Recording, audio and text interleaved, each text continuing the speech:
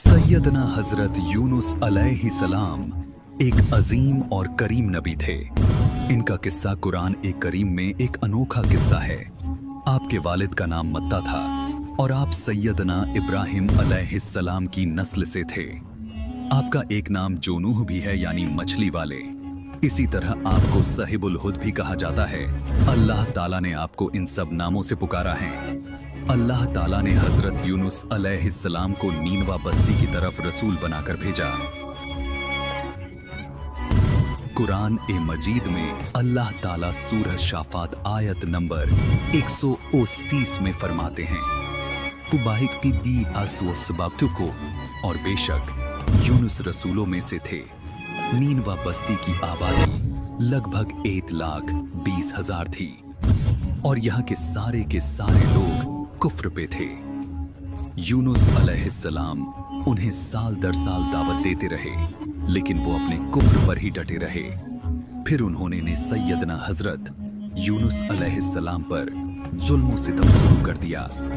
उन्हें धमकियां दी, मसाइबो अलाम से दो चार किया।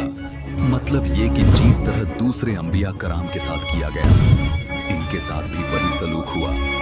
आखिर आपने अपनी कौम को अल्लाह के अजाब से आगाह करते हुए ऐलान फरमा दिया कि खुला दिन तुम पर अजाब जाएगा।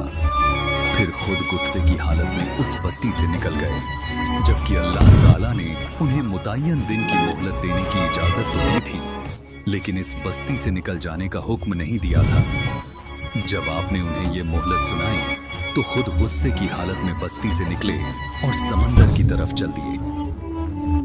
अल्लाह की इजाजत के बिना ही वह शहर छोड़कर चले गए। उनके जाने के बाद जब अजाब के आसार नजर आए तो लोग घबरा गए। उन्होंने अपने गुनाहों की माफी मांगी और अपने सारे बुतों को तोड़ दिया। अल्लाह ने उनकी तौबा कबूल की और उन पर से अजाब हटा लिया। समंदर का सफर और मछली का निगलना। हजरत यूनुस अलैहिस्सलाम कश्ती में सवार होकर समंदर के सफर पर निकल पड़े। अचानक एक जबरदस्त तूफान आया और कश्ती डूबने लगी। कश्ती का बोझ कम करने के लिए लोगों ने कोरा लॉटरी डाली कि किसे समंदर में उतारा जाए। हर बार कोरा में हजरत यूनुस का नाम आया। आखिरकार उन्हें समंदर में उतार दिया गया। अल्लाह के हुक्म से एक बड़ी व्हेल मछली ने उन्हें निगल लिया। मछली के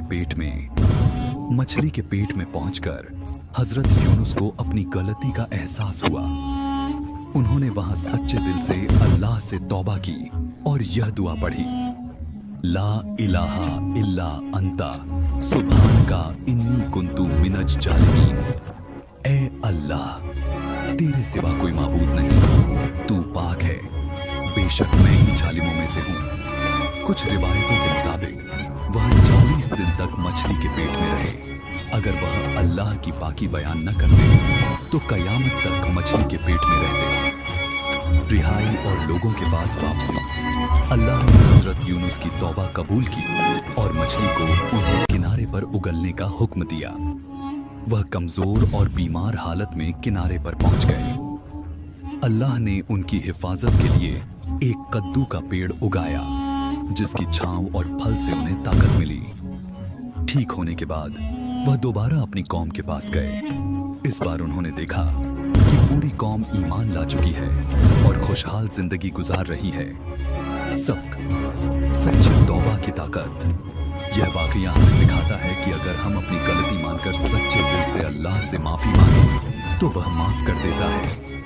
अल्लाह पर भरोसा कैसी भी मुश्किल क्यों न हो, हमें कभी अल्लाह की रहमत से नाउम्मीद नहीं होना चाहिए। धैर्य और सब्र। मुश्किल वक्त में सब्र और यकीन रखना बेहद जरूरी है।